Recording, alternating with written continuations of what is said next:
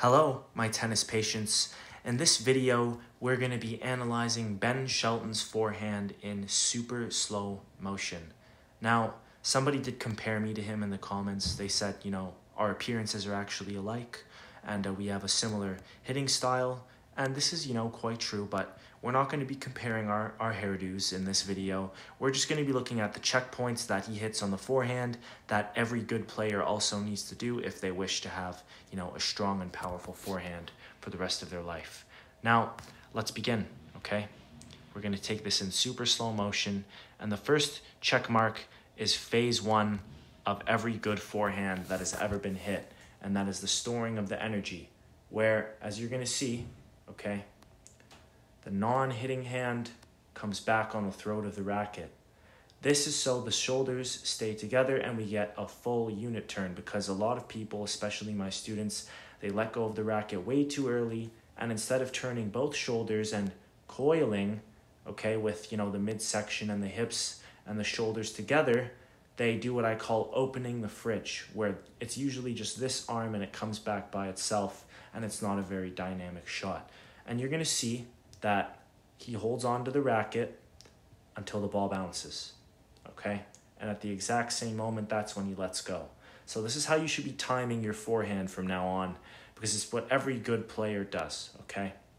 Now from here, the racket's going to free fall into the slot. He's not wrapping it behind his body. The racket face is going to stay in front of the hand, and it's going to free fall into pat the dog, okay? And as you can see, the racket face is still in front of the hand. It's not back here. He's not pointing to the ball like a flashlight. It will get to that position, but he can't skip the steps. And from here, he's going to uncoil with his body into the ball. And now the racket is coming through as the last part of the kinetic chain, and he's got the slot, or what I call letter L for leverage, 90 degrees. So prior to this, the wrist was relaxed, and what's causing it to catch back in this position is him violently throwing his body forwards and being extremely loose in this arm. Okay, you see all this definition here? It doesn't mean that he's, squeezing his arm and trying to force it through. It's loose and it's lagging behind, and that's why we call it lag. And from here, he's going to lead with the butt cap. He swings from inside to outside away from his body, which everyone needs to do. Okay, we don't just want to swing forwards. We want to swing out and away and extend as far as possible, okay? And at contact point, we're gonna lose the angle because we wanna relax the wrist and cover the ball with the windshield wiper. And we're gonna see that Ben has done this. And obviously, his body is unloaded, okay? So this is the last part of the swing, and boom, windshield wiper, okay?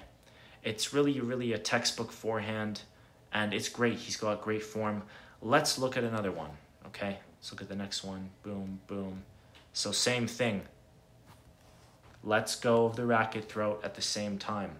Now, I'm sure you could find players who do not have the hand on the throat of the racket, but I assure you that it's coming back, and if it's not touching the racket, it's at least, very close. It's still along for the ride.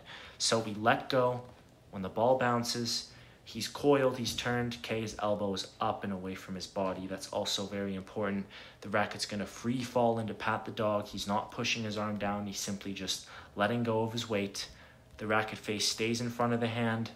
The non-hitting arm is also still parallel with the baseline, right? It's not, over here. We want to keep it close to us, like we're surfing, so we're on balance before the hit, and we can maintain balance. And you're going to see the racket face is only now trailing behind the hand and getting lag because he's throwing his body forwards. And that should just tell you how loose he is in the arm. And now we get the slot, and his body has uncoiled, and this is essentially dead weight. It's loose, it's lagging behind him, okay? And then we get the contact point with the windshield wiper, okay? Now, it's a textbook forehand. It doesn't really get any better than this. You got to hit these check marks and these check boxes if you want to have a good forehand just like him and any other player.